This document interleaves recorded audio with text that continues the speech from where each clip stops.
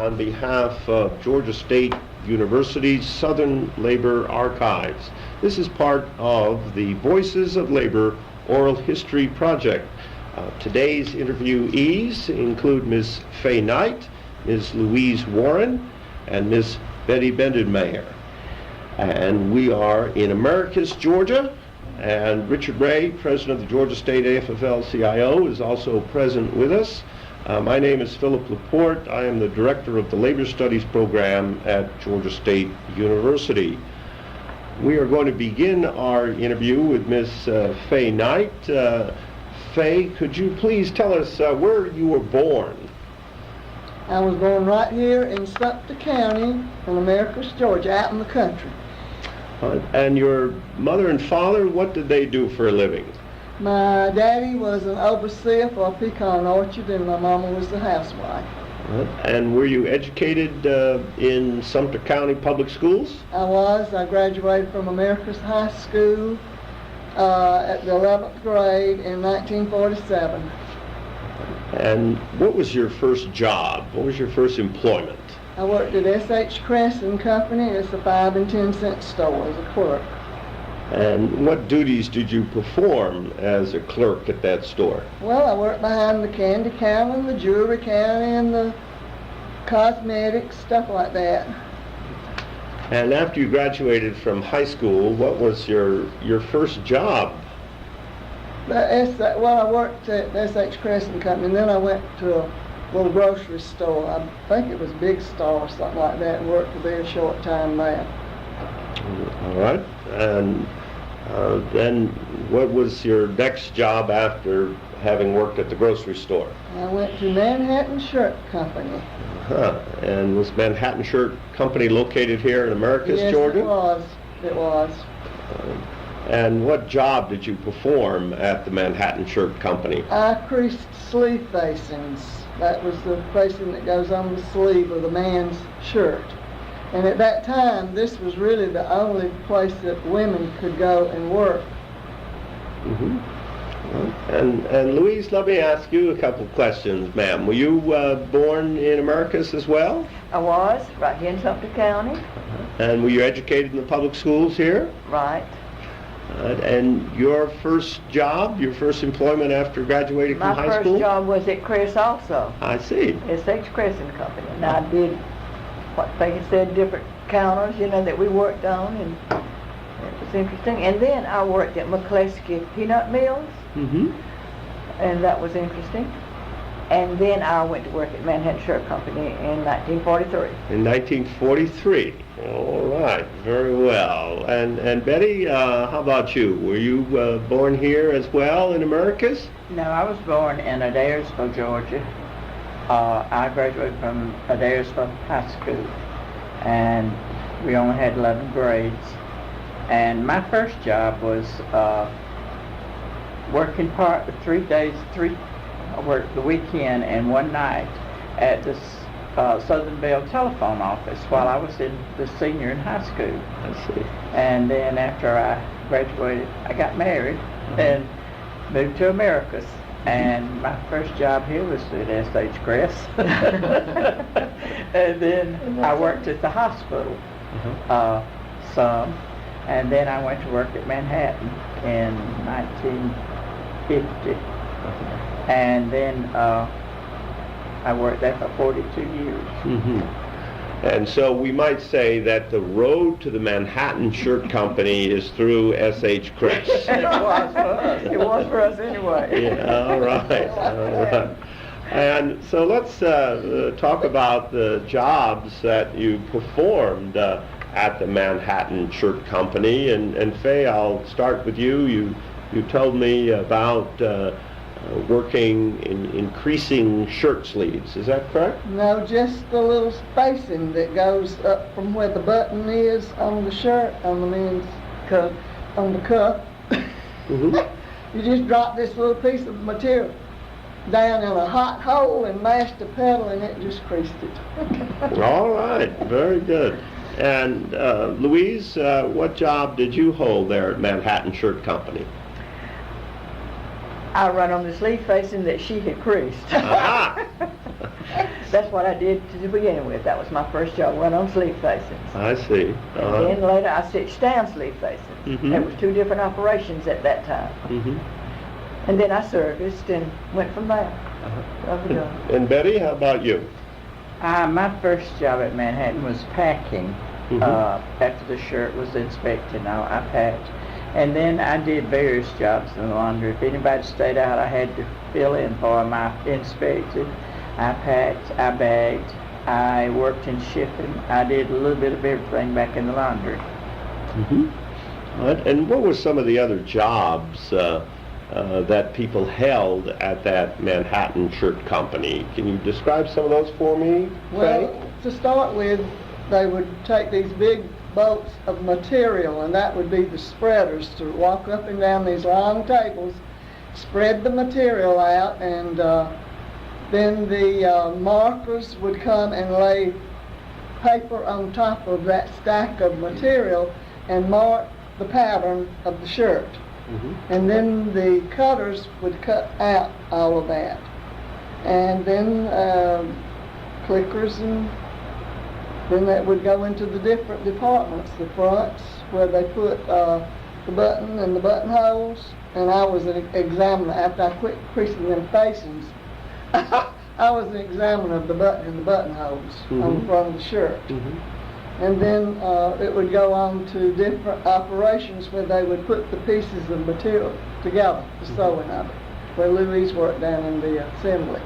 And then it got to the laundry where Betty was. So Louise, were you a sewer?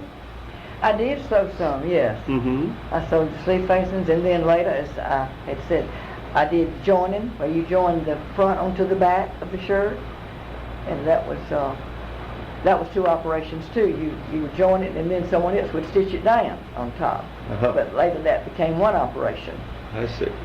And then, of course, there was sleeving and felling, where they put the sleeves in, and the felling, and the cuff set. And of course, there were several departments that were parts, that they did the collars and the cuffs. They made all the parts, and then they came to the assembly and were put together.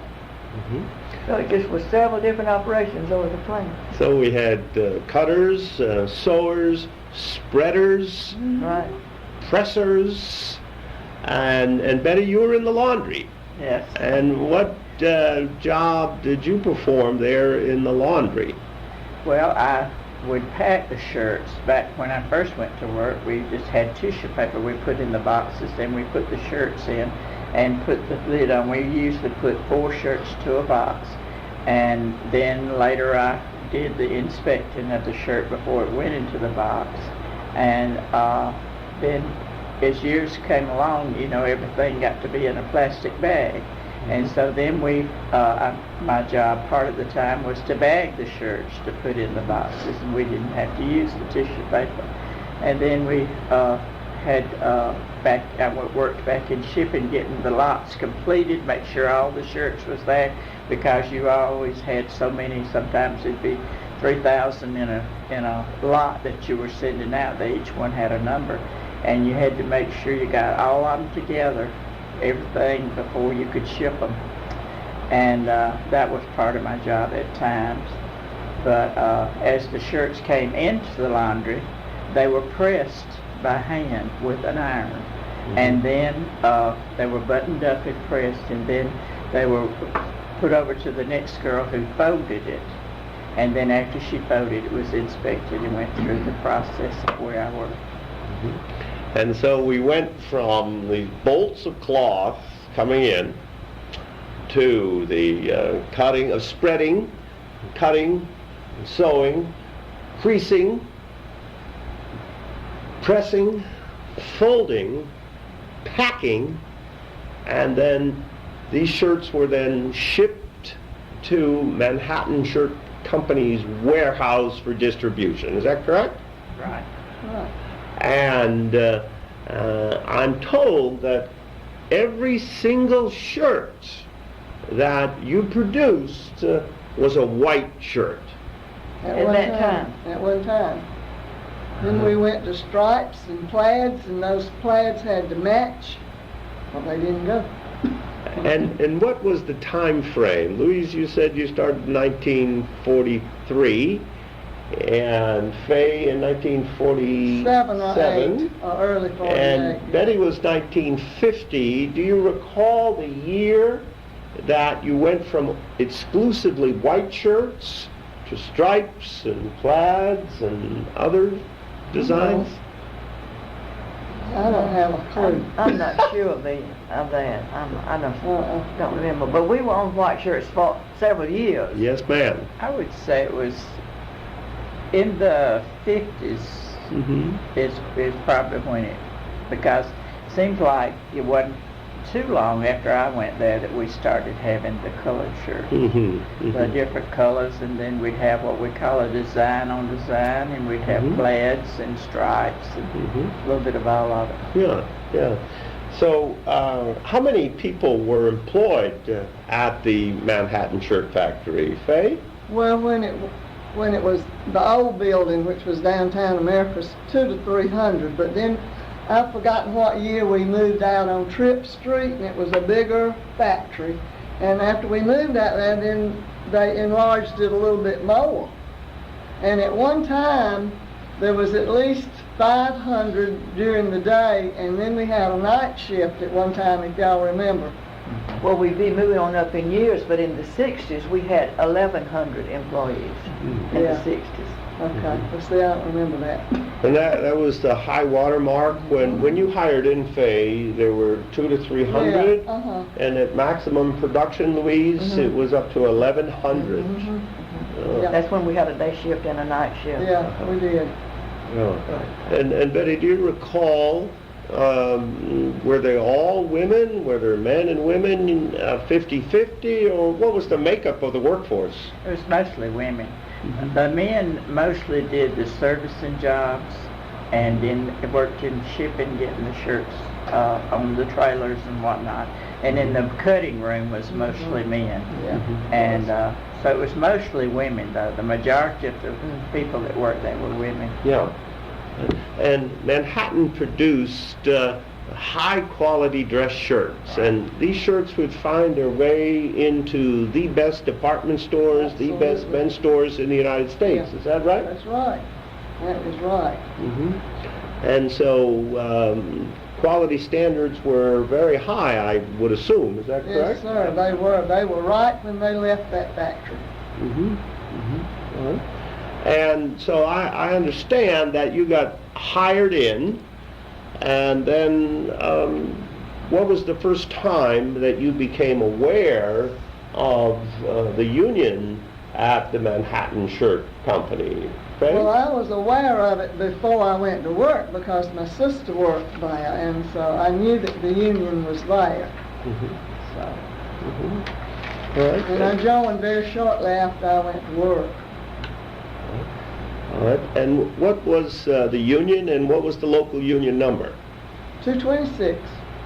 And that is 220, local union 226 of the... Amalgamated Clothing and Textile Workers Union.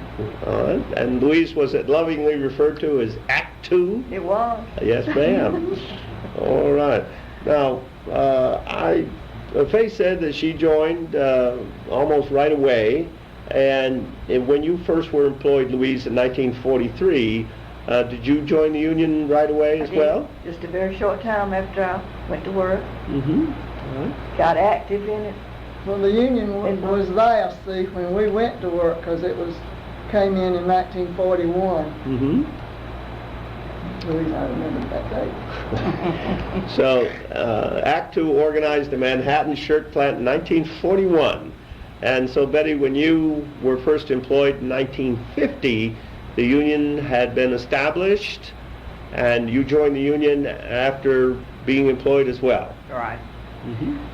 They got to where they would give you so many weeks to make sure that you could do the job, and after that you were given the name to the company gave the name to the union people, and they would approach you to sign your union card. And back then everybody signed. Nobody ever said no that I can remember. They just always signed up. We were 100% union. So in 1943 and 1947 and in 1950, you continued to be 100% union. Yeah, absolutely. And now you have said that the jobs were divided into these various job titles, and then did each individual employee have a production standard that they had to meet? Yes. If they were operating a machine or examining anything, you had to make production or you didn't stay long. And the more you turned out work, the more money you made. And that's what we were all after. And Louise, do you remember what your weekly wage was when you first started out in 1943? $12 a week. That's what I was earning. $12. Oh. $12. And did the union negotiate additional benefits that you received as an employee, as a member of the union? Yes. Yes, we were eligible for insurance benefits sometimes in the 40s. I'm not sure of the date of that, but we were elated that we had insurance benefits at that time. And well, we had a number of benefits that came on along. I was just trying to recall some of them, but seniority, was one. If there was a layoff, then those would be, least senior would be the ones who would be laid off. And a number of things like that. Yeah. And Betty, did you receive a ticket for each job that you completed on a piece of clothing or a shirt? Or how did that work? All of my jobs were straight time work. I got paid by the hour. I see. Now, when the pressers and the folders did them, they got paid by the piece, but I got paid by the hour. So you were hourly employee, strictly hourly compensation. I was hired at 65 cents an hour. I got my paycheck on Thursdays in an envelope with the taxes, told how much taxes was taken out and all. We didn't get checks back then. They just paid us in cash money. Yes, ma'am. That's right. Yes, ma'am. That was great. In a little envelope. And so the pay envelope was really a cash envelope. Right. Much anticipated, I understand. Oh, yeah. And Faye, the positions you held included a production standard, and were there tickets verifying? Yes. There was a ticket on each bundle of work, which may be 5 dozen shirts or even as low as a fraction of, but there was a ticket on there and you cut your ticket off and stuck it on a sheet. And that's how we got paid. And so now the union was there. Louise became active right away, she told me. And one of the things that people were happy to join the union about was the fact that they would get insurance coverage. And was that hospitalization, major medical? What was that insurance, Louise? Hospitalization, mainly, and then a life insurance benefit. Life. I think it started with $500, but it was later increased to $1,000, which retirees now are eligible for $1,000 life benefit. I see. After all these years. And so what do you think motivated people to join that union? You described a couple of issues for me. The benefits, and you described seniority. Were there other reasons why workers at that Manhattan shirt company were happy to join the union? Well, I think they saw the potential that was there, that we would be getting more benefits, and that's what we were all looking for. We got More paid, money, more paid holidays, vacation, things like that, because we were trying to negotiate at least one more paid holiday every contract negotiation, and things like that. So they were pretty well pleased, I think. And Betty, what were your reasons? What attracted you to sign that union card? Well, my father was a union member. He worked for the railroad, and I always knew about the union. And then later in life, my oldest brother was a union member, and he worked for Lockheed in Marietta. Mhm. So I was aware of the union, and then I'd heard the talk about the union there at Manhattan and the benefits that we got, and everybody just always talked good about it, and you just always was anxious to join. Faye, let me start with you in terms of your role with Local 226. You joined as a member. Your sister made you aware of the union and its benefits. And did you become an activist? Were you on the bargaining committee?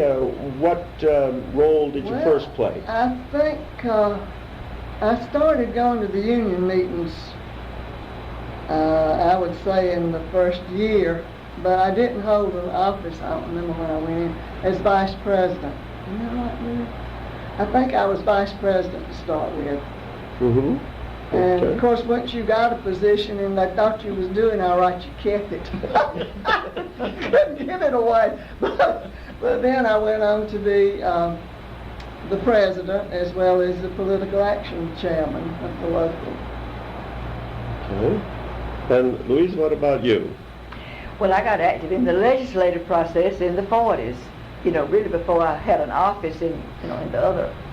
And then in 1956, I was elected insurance secretary. I spoke of insurance earlier. And then I was insurance secretary for 15 years. And then I was vice president. And then I was president. And then I was a chairperson. And I retired in 1988. That's what we were all working for, was that retirement date too. Right. Well, if I may to go back to the 1940s, you hired in 1943, and you said you were political. I was not, didn't have a title. I was just active in the legislative process. Our little local legislative union, process. So- Those of us who were interested in politics at that time, we just had what we called our committee, Sure. legislative committee. Well, in 1947, the United States Congress passed the Taft-Hartley amendments to the National Labor Relations Act, allowing states to mandate union membership as a condition of employment in accordance with the federal law, or to allow the states to invoke legislation that would allow people not to belong to the union and yet provide the same level of negotiated benefits.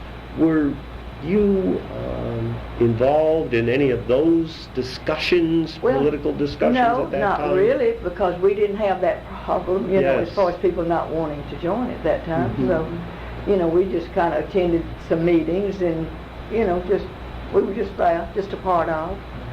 But we didn't have a whole lot of action at that time. Well, would you attribute your solidarity of being 100% membership to what? What did the union do that contributed to every employee in that facility to join the union? Well, I guess mainly because of the benefits that we did have, and as they mentioned, the Manhattan Shirt Company was about the only place to work in Americus at that time. And so the public knew what we were doing at the plant and what we were getting, and they knew about the insurance and benefits and that we did have, and so they didn't hesitate about joining. Well, getting back to the legislative part, we were very active politically. We had a good committee that we would screen candidates. They didn't run for office here unless they came to see us. And I want to pursue that, Faye. I just want to ask about your roles on the bargaining committee, on negotiating contracts.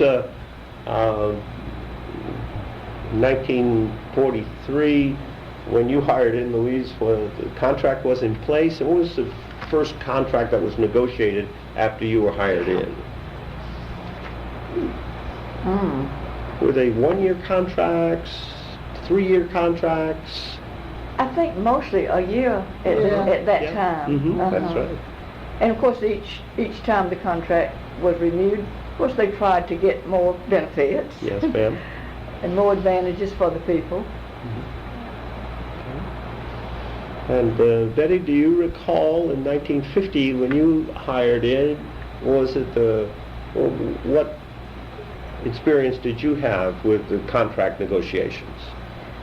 Well, I really didn't have any input into it, as far as doing the contract, but they always met with us and informed us of what we had gotten and all, because my first job in the union was shop steward.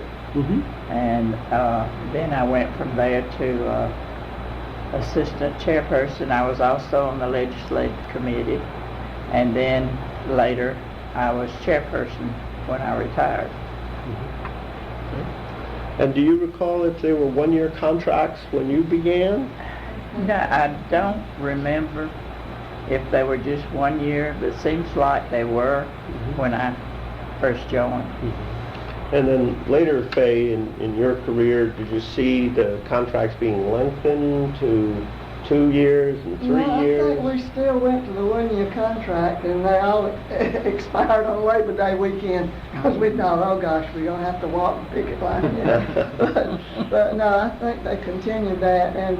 But over the years, I can remember a long time, only the business agent and like Oma Barton and our business agent, they would be the ones to really go in and negotiate the contract with the company. But then they started including some of us too, 1 or 2 of the offices, to go in and have a little input into what they were asking for and why we felt it was necessary that we get it. We would always have they would always have a meeting for usually the chairperson and the president to come in, and they would go over what they had already talked to them about getting the benefits for us, like an extra holiday or whatever. And we would meet a lot of times in Birmingham or Atlanta or somewhere for that. And all the different companies from the different plants came in to that, just the president and the chairperson. But they would let us know, and then we would go back and meet with our people and tell them what they had offered us. And does anyone recall the different plants, the different companies that would be part of the overall negotiation in the textile industry for the... Our plant in Atlanta, and it was Our in Bremen and Buckhannon, and one in Columbus. What was it? I don't know about Columbus, but we had, one in Leesburg and Ashburn and Jessup. Right. And were they Manhattan or Arrow? Arrow. They were Arrow. Mainly Arrow. And so there would be a uniform wage negotiated that would be for each of those plants? Is that the way it worked? I don't know. I think more or less the benefits were about the same. But as far as the pay raises and all, I think it differed in each one of the plants. Well, now Jessup and all those were Manhattan. Yeah, but what was the one in Columbus? That was, wasn't that just, they didn't have did they have a shirt plant up there? I was thinking that was just the towels thing that they were involved in. I don't remember, but I know we met with them. Yeah. That was mainly, I guess after we merged with textile. That could be where the That's textile where it came in. That's Okay. right, because they didn't have a shirt plant over there. It was just the towels. Okay. And then the Roosevelt and over there. Yeah. Towels and linens, perhaps? Yes. Yeah. And what about the level of grievances at your plant? Do you recall whether or not the contentious issues or you worked things out? You were shop steward, Betty, right? Right. And Louise was a chair lady at one time. Some of them were worked out and some of them were not worked out. uh-huh. We did have several little stoppages, you know, over the years Uh-huh. because of differences of opinion. Mm-hmm. But our walkouts, as we say, did not last long. You know, it was usually worked out in just a matter of maybe 2 or 3 days or so. So 2 or 3 day work stoppage, and they would miss you so much that they would resolve the grievance? I think that was it. Or should I say resolve the issue? Mhm. Yeah. 'Cause a lot of times there wasn't a grievance, that was just the issue. Yeah. Well, do you recall the number of grievances that might be active at any one time over the course of the contract? Over a year, would you have 10 active grievances? Would you have 100? What's your I recollection? don't think we had that many that we couldn't work out with the plant manager. Mhm. So No, I don't think so. some of it never even went into a written grievance, because usually the chair lady could get with the supervisor or whatever and work out whatever the problem was. We would meet with the plant manager, the chairperson would, and go, oh, if we had grievance that, couldn't be worked out otherwise, and then we would talk with him about it and, go back and forth, and most of the time we worked them out. At times we had to have the business agent in on them, and they would help with it, and so it's just, we never knew how many we was going to have. Sometimes we'd have 5 in a week, or maybe 1, or maybe none. It's just varied. And Betty, in your role as a shop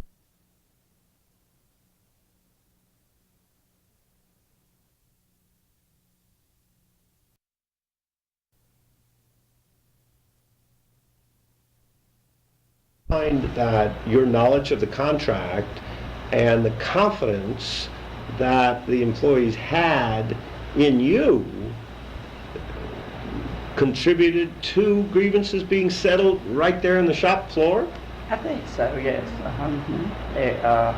Because you talked with the people and explained, the contract to them, what their job consisted of and what they could do and wasn't allowed to do, and they would, listen to you most of the time. Sometimes they would kind of get upset, but you just had to calm them down and settle their problem for them with them. And in order to do that, I would imagine that you also had to earn the trust and respect of the supervisors. Oh, yeah. And were you known as the shop steward who knew the contract better than any other supervisor in the plant? Well, Yeah, sure. we tried to anyway. We did more than the supervisor did, because a lot of times the supervisor would come, you want to know what could be done. And Louise, as the chair, were you sometimes referred to as the union lady? Oh, yes. We were. Those of us who were more active, yeah, right. And were you looked to as the chairwoman by both the membership and supervision? Right. As the leading voice for the union in the plant? Right. And did you earn and maintain the trust and respect of the plant manager? Yeah, you tried to.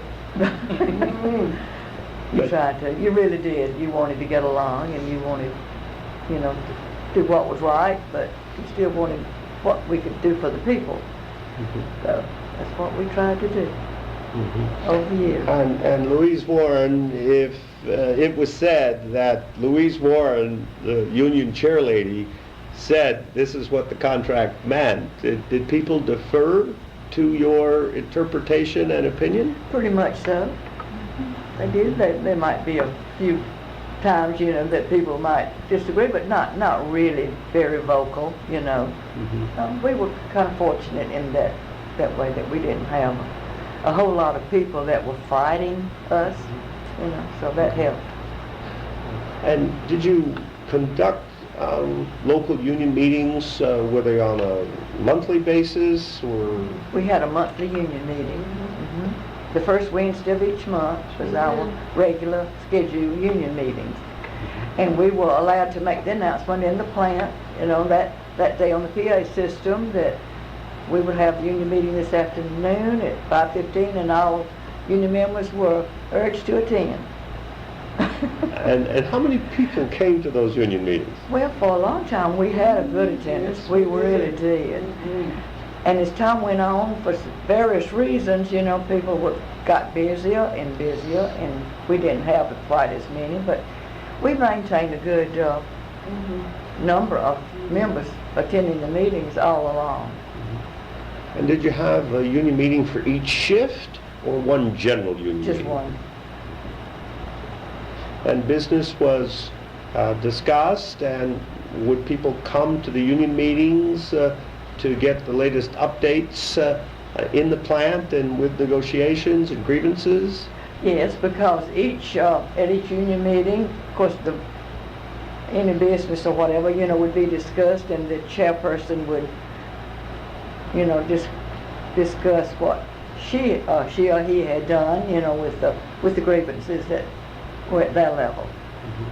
And do you recall a particular case or particular grievance that stands out in your mind as the union chairperson?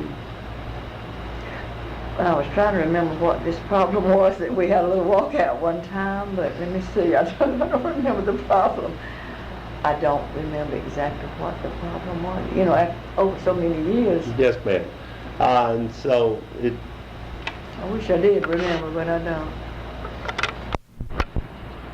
So, Louise, there were a number of issues, but mainly you got them resolved. And could you tell us about your meetings with the plant manager? How did they go? Well, pretty good. Sometimes, at times, this particular manager was, he was kind of hard to deal with at times, but then he was pretty fair, as far as getting a problem settled. He would usually work with you to the best of his ability.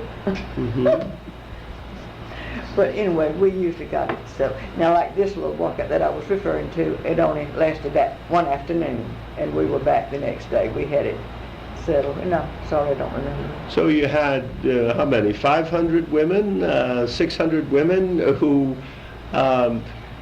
were outside the plant, and they let their feelings be known and demonstrated that they weren't happy with the situation? It was quite a few that walked out. Yeah.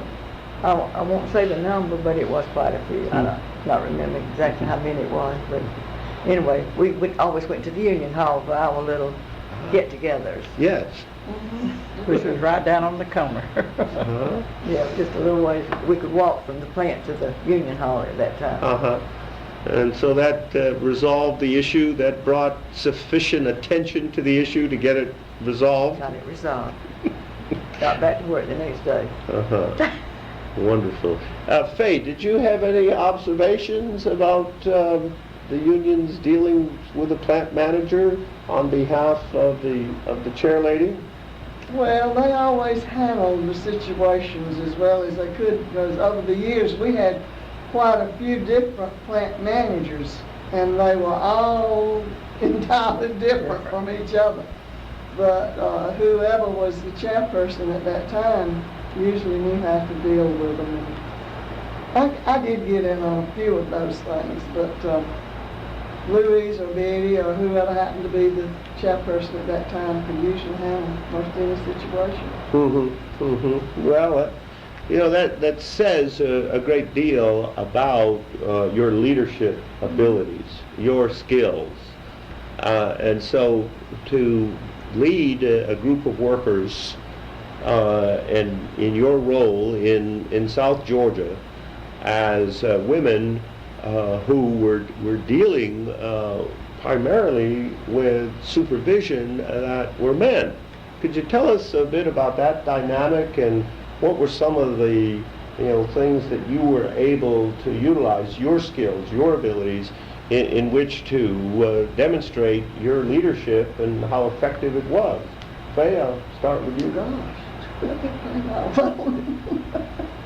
well, I don't understand exactly what you mean now, Philip. Well, Don't repeat all of it, just give me the main thing.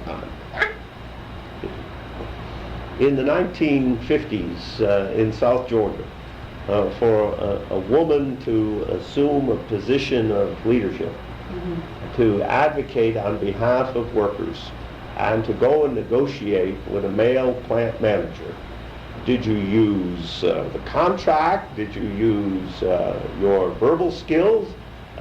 Did you assert human rights? How did you do it? How did you get it done? All of the above. No, I think you had to be pretty well acquainted with your contract, what was in the contract, and you needed to know exactly what the problem was, and just express your own feelings as to how this should be settled. But now, as far as being a union leader in the South, Americus did not accept us that well. Americus was not very happy with unions. But no, we just done our thing. All right. And we had little policies also, in addition to our contract, pertaining to certain issues and things. And we really expected the manager to go along with that. And usually they did. Yeah. So that was another way of kind of getting grievances settled, was this little policy that we had pertaining to certain things. And was this a union policy, Louise? Yeah, it was. It was union policy. It was, I think, the company and our union officials, kind of got together with, and it was just kind of, as I said, in addition to the policy. And the contract. so you would be able to refer to the policy and then hold the plant manager or supervision to the specific provisions in the policy. Right. And that worked most of the time. Most of the time. And Betty, did you find on the shop floor and the departments you worked in those policies to be effective? Yes, I did. They always, if we had a policy in, then when it was something come up, and it was followed by union and by company.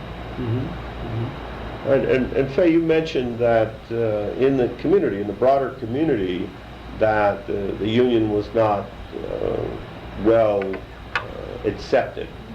And you tell us some examples of the resistance to the presence of unions in Americus and Sumpter County in South Georgia? Well, at one particular time, there was an article that came out in our local Times Recorder that Americus did not need unions. This was nowhere for a union. So that kind of set me off. So I wrote an article back and told them that there is a place for unions in Americus, that we are your letter carriers from the post office, we're your electricians, we're your clothing workers, we're your telephone operators, and we sing in your choir, and you take our money when we come in, and you don't mind that it's union. So, but Americus is still kind of against unions. Well, how was your article received when it was published in the newspaper? It was all right. Most of them agreed with me because, see, they will acknowledge that they are unions. But people don't realize who you're dealing with every day.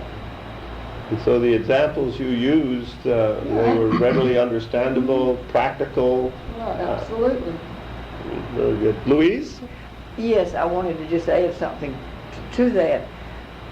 As we mentioned, we were active in the legislative process. Well, one year, and I do not remember the year, but, we had 2 or 3, we call them trailer plants in the area that were making trailers.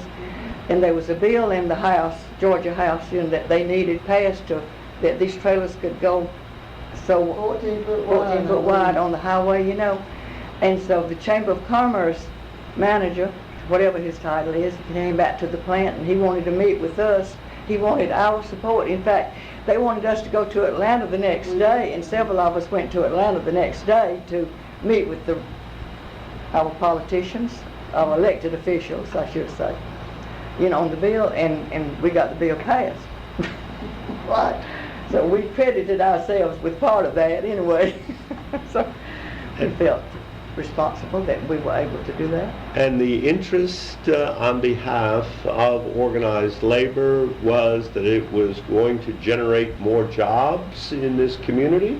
Yeah, because of the building of the mobile homes, or whatever they referred to as, and because they could travel to wherever they needed to go. So, if it is in the mutual interest of the union and companies to increase economic activity and create jobs, it's been your experience, you've been able to work together with business and elected officials to create more economic activity and more jobs in this community. Is that a fair assessment? That's right. All right. Well, let's talk more about the community's view of organized labor. When Faye explains it to the practical implications of money, they seem to agree. Were there other instances where the community didn't agree? Well, I remember when the imports first started coming in, I was asked to check out the local stores to see if they had any in their shops. Well, there was one or two, that did have them, and they agreed to pull them down, and I explained to them why. Well, I went to one of the stores, and oh man, they just had a lot of ladies' clothes that had been shipped in from overseas. And I asked the manager if he would take them out of the racks, and he wouldn't agree. So I called our business agent and told him. She says, well, you need to put up an informational picket line. I don't know. But anyway, I got me some people together. I don't think, this one time Louise usually goes with me wherever, but she didn't join me that I day. think I was out at that time. You must have been. I was. But there was about 6 of us that I got together, and we picketed the local Belk's store. And we were outside, and the manager saw us out there, and he came out and he says, I'm going to call the police. So I said, y'all, we fixing to go to jail. But anyway, the police came, and I told him that it was only an informational picket, that we were not asking people not to shop there. But he says, well, y'all don't stay much longer and leave. So that's what we did. But we did get our point across, see. But that was the only store had to picket. The others were good enough to take the clothes off of their shelf. But then we had a parade, downtown one day too, supporting the Buy American. Yeah, we did. And we had a good, I think just about every union member came out for that. We did. As new businesses came into Americus, they would try to find out what the union offered here so that they could do a little bit better and not have the union, because they really didn't, the other, like Davidson's Rubber Company, they did not want a union. My son worked there for a time, and they told them that if they talked about the union in any way and they knew about it, they would be fired. So the other companies that came in did not want the unions in here. And they told them that, Betty, in spite of the fact that it is against the law to threaten to fire someone for expressing their legally protected right to organize and join a union. And see, they knew that I was a big union worker in our union, and they really watched him close. They really did. Yeah. Well, let's talk a little bit about the political activities Faye, I understand that you were the chair of the legislative committee for Local 226. Can you tell me what your duties were in that role? Well, I mean, you know, it varied because, like Louis said, we went to Atlanta. We lobbied. At that time, we could just go in and talk to the senators. It's not like it is now. But anyway, during that time, I realized that we worked people from about 8 different counties in that one factory. So I got to thinking about it, and I asked someone that I thought that the people from that county would follow, and asked them to serve on the committee. And well, Louise and Betty was on it too, but these people were from the different counties that worked out back. And I felt like, well, they could control how they voted, you know, since it was from their own county, which it did. It worked out really well. But I didn't really intend to get into all of it that I did, but I worked several different governor's races as well as presidential campaigns, and most of the time Louise and Betty was with me. Sometimes we didn't agree on the candidates, but that was just, you know, I did my thing. Well, all right. Let's talk about those governor's races. Do you remember the first race that you got involved in as chair of the legislative committee? Herman Talmadge, probably. I sat on his platform. We ate his barbecue, and then I think we voted for somebody else. Yeah, we did. He always came to town and had a barbecue. That's right. That was Thompson, though, wasn't it? No, that was Talmadge. Talmadge. And then I was very active in Carl Sanders' campaign. And who else came in there? Of course, Jimmy Carter. Jimmy Carter.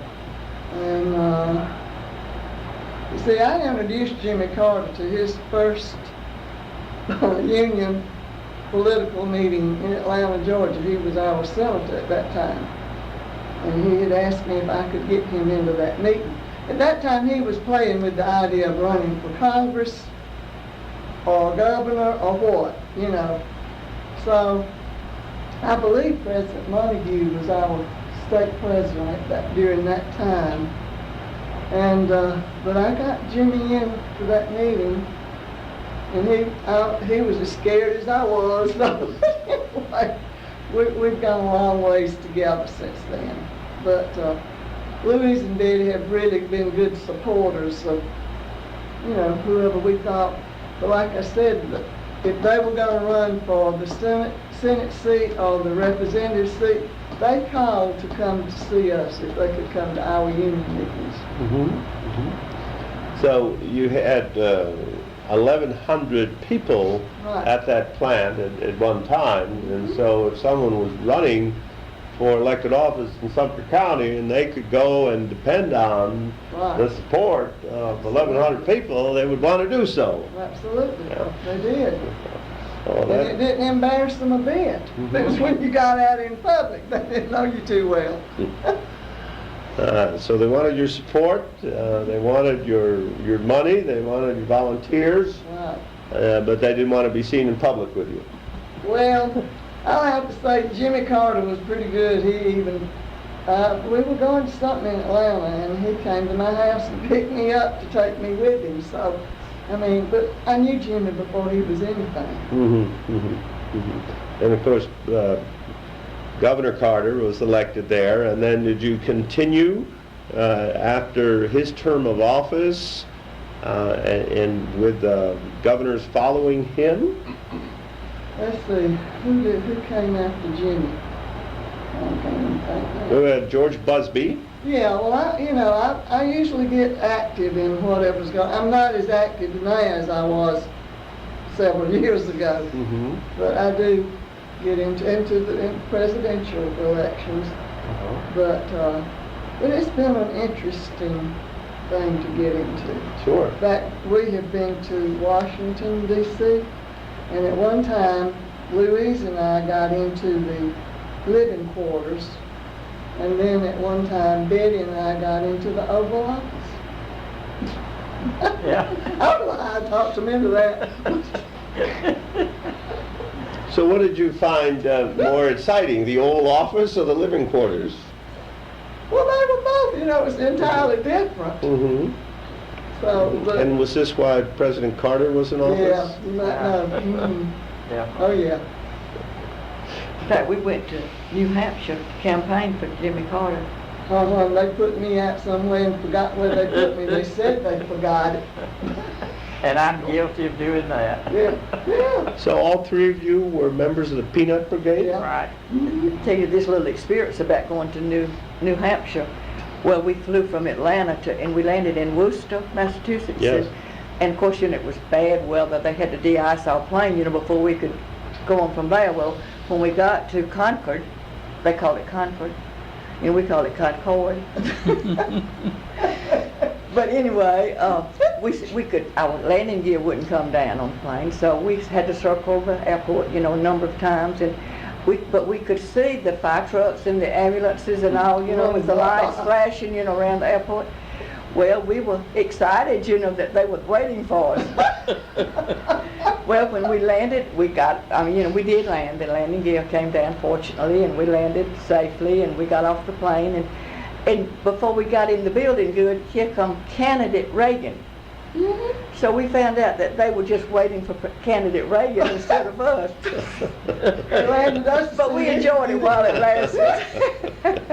We said they used us as guinea pigs. If we landed, then he could land. They did. But it was interesting. Yeah. We had an interesting few days up there, really you know, did. with the campaign. It was snow. And see, we worked out of the Amalgamated Union Hall. That's Right. where that's where the campaign workers worked from, was their Union Hall. Mm-hmm. In Concord, New Hampshire? Mhm. Huh. Oh. It was snow the whole week we were there. And whoever that little fellow was, he just loved these Georgia girls. They like to hear us talk. In fact, I talk so much that She couldn't talk on the way back. on the way home, I couldn't even talk. I just lost my voice. This you learned stuff about us too, ain't you? We were going into a restaurant one night, several of us girls, you know, we were talking, and there was a couple coming out of the restaurant. And, you know, we were just, as I said, ad-libbing, talking, and they stopped. They said, "Now, just a minute."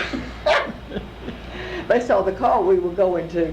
Said, "Why are you talking like that and riding in a car with a Massachusetts New Hampshire tag on it?" They said, "We're up here teaching English lessons." We've had an interesting life, really. For factory workers, I think that we have done exceptionally well wherever we've been. And of course, they always knew we were union. Well, one of the things that the labor movement has provided, one of the opportunities, is the opportunity for leadership. That if you are going to lead an organization of 1,000 people, you are going to have to demonstrate the organizational skills, public speaking.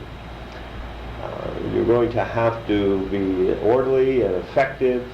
And would you say that the labor movement provided you with those opportunities and also provided you with some training to acquire It and definitely polish those did. skills? Yes, it did. Mhm. All of that.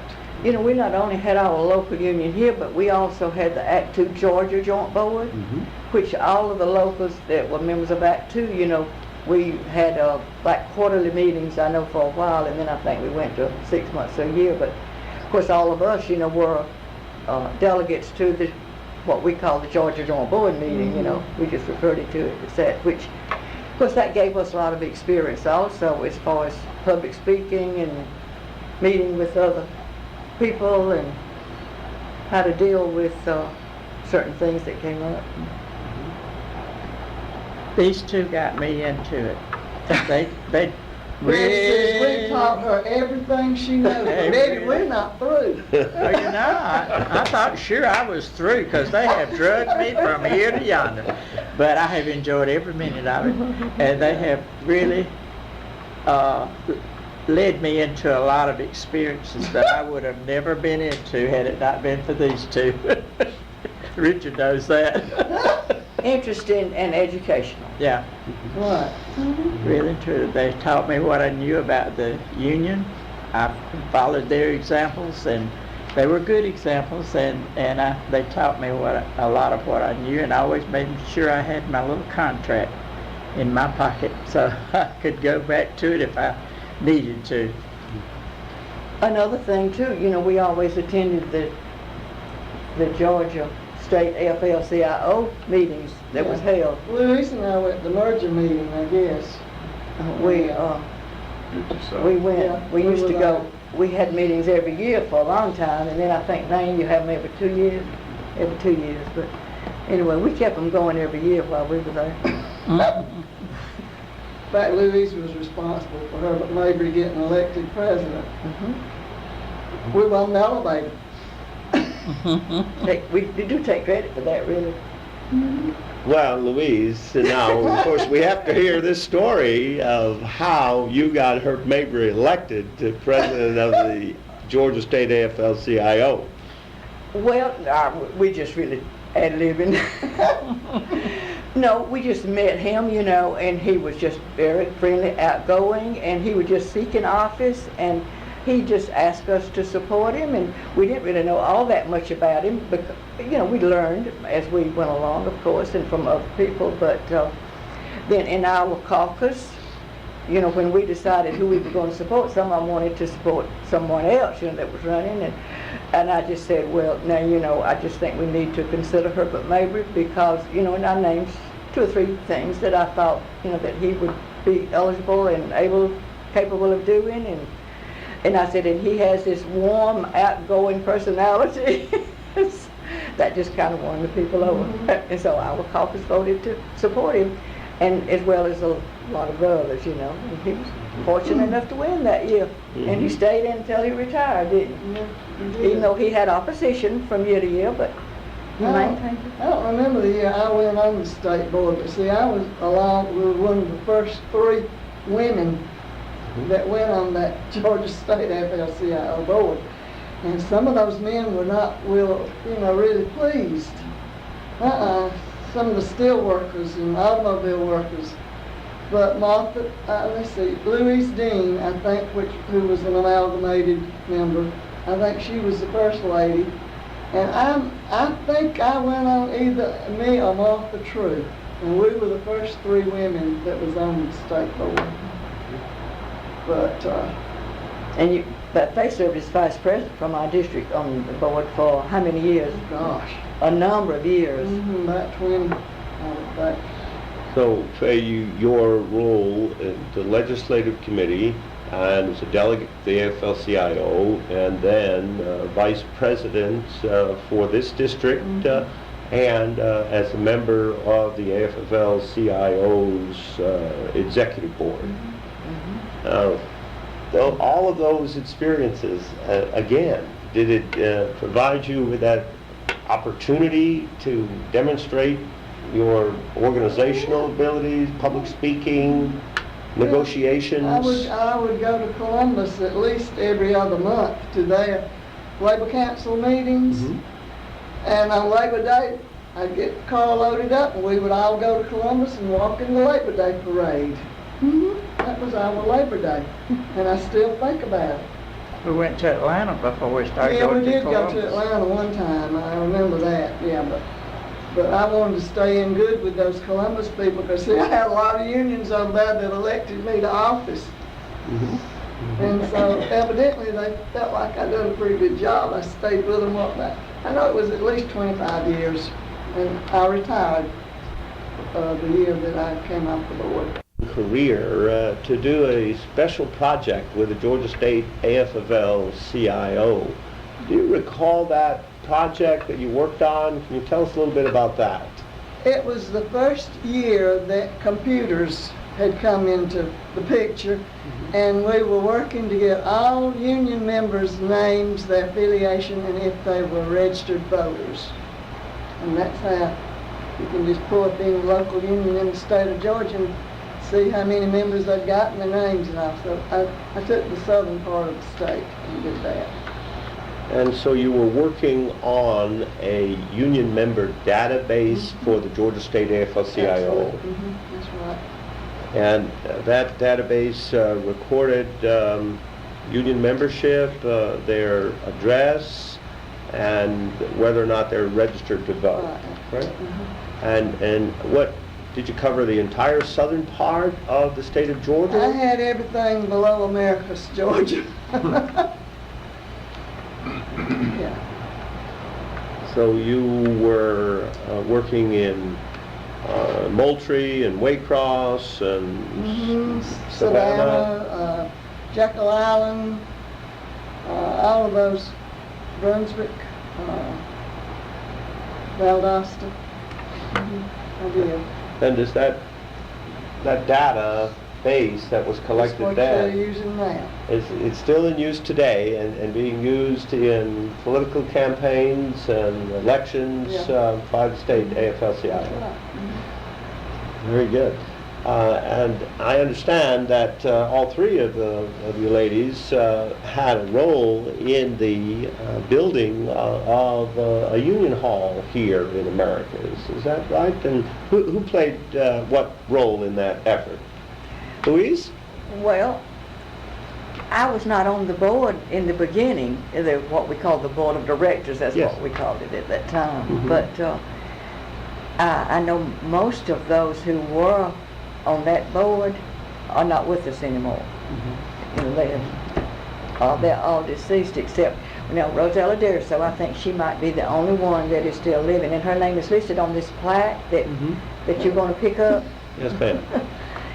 But of course they got their plans together, whatever they needed to do, and it's been so long, I don't recall all the details. 1954 it was built, that's what's on the plaque. Yeah, 1954, yeah. So the Amalgamated Clothing and Textile Workers Union, Local 226, it was the executive board members or the board of directors? Well, the board of directors, however, they brought all the information, to the executive board and the membership before anything was done. That was the procedure. But they got all the planning, made all the planning, and then it was approved by the board and the union members. And they went from there. And how was the money set aside? How did they have the foresight in which to... It was a certain amount each month that was taken from our union dues that went toward the building. So they had a building fund? And the building was built in 1954? And how large of a building was it? I'm going to show it to you. I'm not sure of the footage. It's big. Square feet, I'm not sure. But it was big. And that served as the union meeting place, offices, and what other functions in that building? Well, if we had any kind of social affair, whatever, and we did from time to time, we had usually a little Christmas party every year, and everybody would be invited, all the members and the families, and as well as the politicians and the mayor, and everybody would come to our little Christmas party.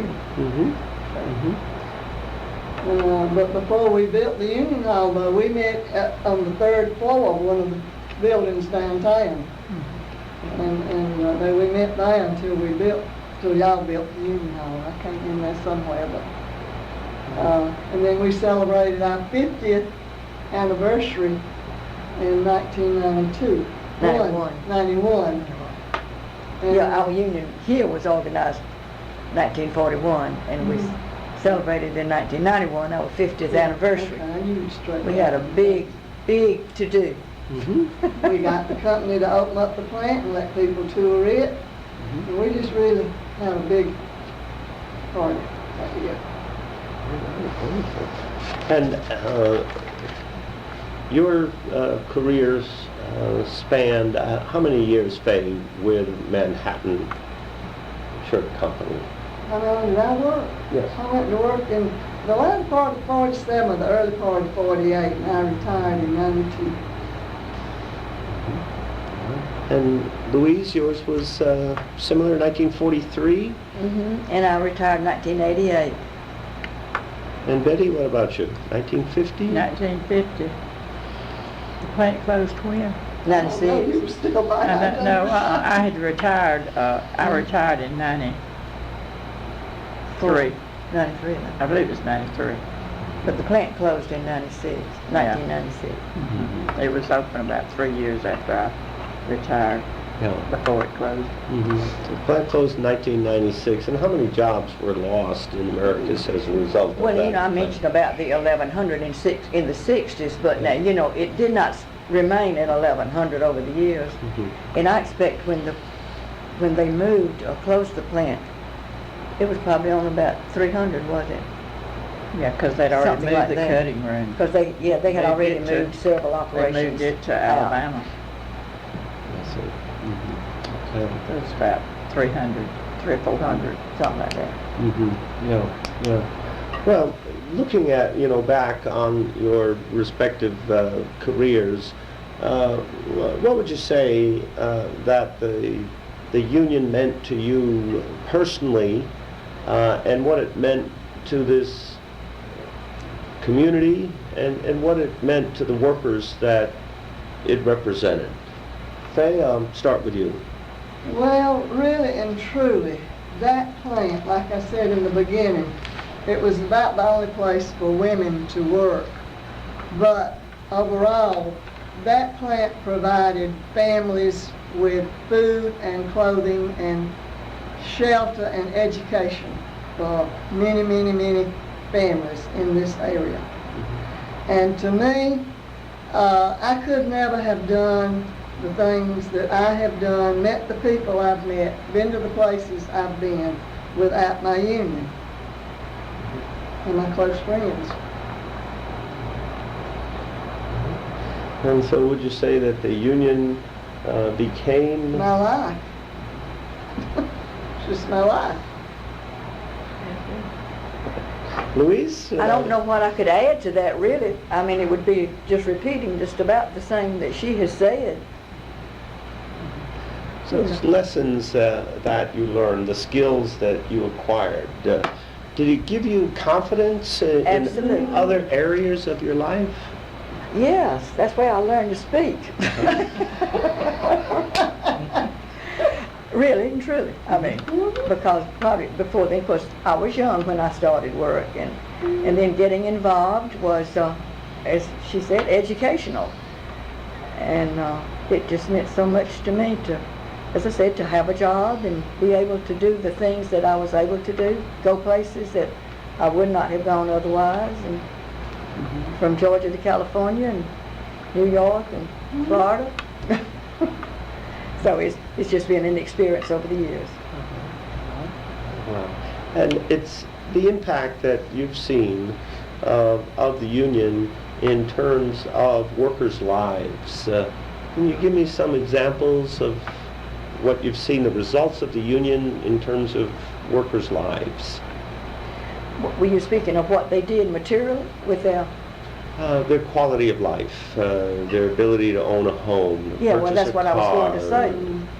Yeah. You know, that's what most of us immediately want to do, is buy a home when we go to work. And so that bought many people a home and education. And we're repeating ourselves, but it's still, Well, that's the way it is. You said was the first example that you gave. Mhm. Was that people were only too happy to join the union because it meant that they got health care coverage. And can you give me an example, perhaps, of someone who benefited from the union's insurance plan that helped them in their life, and reflect on the union's role today in passing health care reform? Oh, goodness. Coverage and So, Louise, the impact on people's lives in terms of what the union brought to them, can you reflect on that, the benefits? Insurance and, well, they had the insurance, and so, you know, when you were sick, sometimes you need hospitalization. And so, you know, if you don't have it, you're hurting financially anyway. So we had quite a few people that at that time, you know, they could stay in the hospital longer than they can now. You know, the insurance companies get you out now before you're really able to go home, but back then, you know, they were able to go to the hospital, to the doctors in the hospital, and if they had to be out for more than 2 weeks, they were eligible for disability benefits. And of course they benefited from that because that kind of supplemented their income while they were not drawing any paycheck. Was it common for workers in Americus, Georgia, to receive health care benefits and hospitalization from their employer like the... No, not at that time. No, I expect we were probably about the only ones that did have it, that I know of, you know, at that time. So, Local 226 of Act 2 negotiated that benefit, and did it become the standard that other workers in this area sought to achieve? Yes. You know, they were a little jealous, maybe, that we had it and they didn't, but anyway, we were just fortunate that we were able to get it as early as we did, you know, with our local. So. And Betty, I'm going to turn to you and ask a similar question about, you know, the impact the union has had on your life personally, and then the benefits it's provided to workers in general from your perspective. Well, when my husband died, then I had a job, I had security, I had insurance.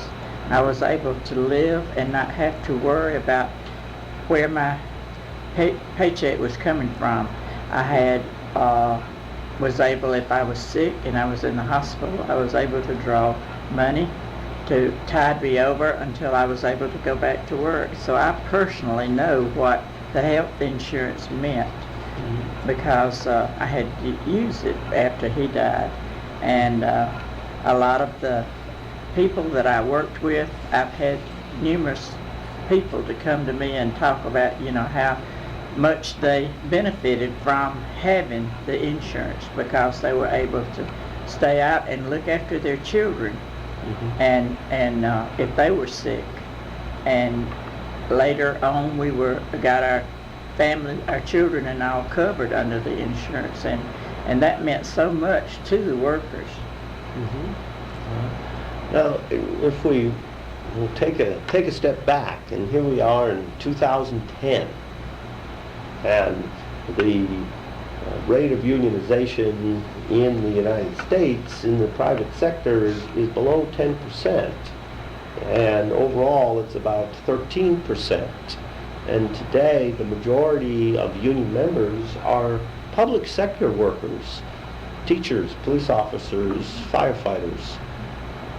What do you see the future for workers if the trend continues that there are fewer workers in unions in the United States? Faye, I'll start with you. I can't see that it's going to be an easy road to travel, because first of all, as you say, your unions, they're being done away with, and they're not going to have the union to represent them and have the job security and the like this we've been talking about, the insurance, because we just don't see that in the future. I'm worried about it, really. Louise? Well, with all the textile plants, you know, most of them have gone overseas now, and that has just done away with our locals, our unions, because of the fact that they move them over there. And until we can get some elected officials in office that maybe can stop that, maybe that will happen in the future. I hope it will, that we can get the elected officials, that they will stop them from moving and get the companies to move them back. That's just hopeful wishing, but that's what we would like to see. All right. Betty, can you get your crystal ball about the future and the labor movement and the effect on working people? Well, a lot of people don't realize what benefits mean.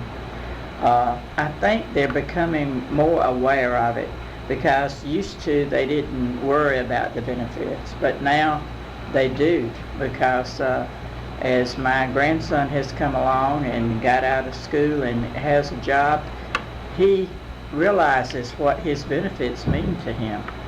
And more people are doing that. They're going to be lost out there without unions, because a lot of companies, they don't have to do it, so they don't do it. They don't cover like they should.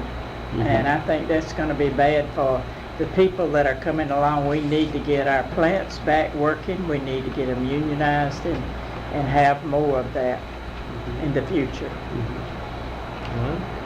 And I want to just ask about this effort of cooperation between the unions and management, where it was mutually beneficial.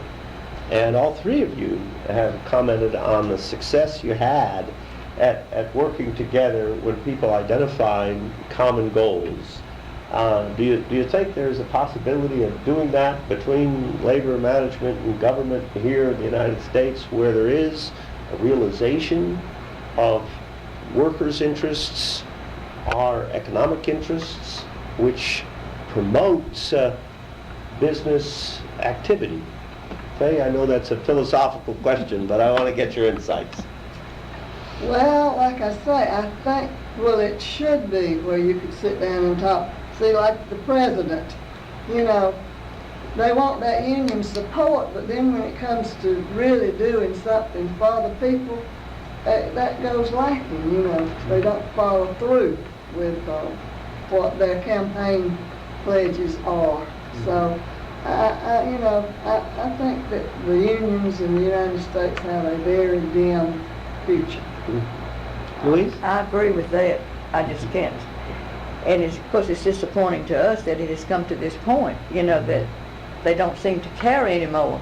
They just rather not have the unions involved at all. So many, not everybody, but so many. And then that hurts it overall because of the indifference side. And we just don't want any union. Any part of it, some people will tell you. But so we just have to hope for the best in the future.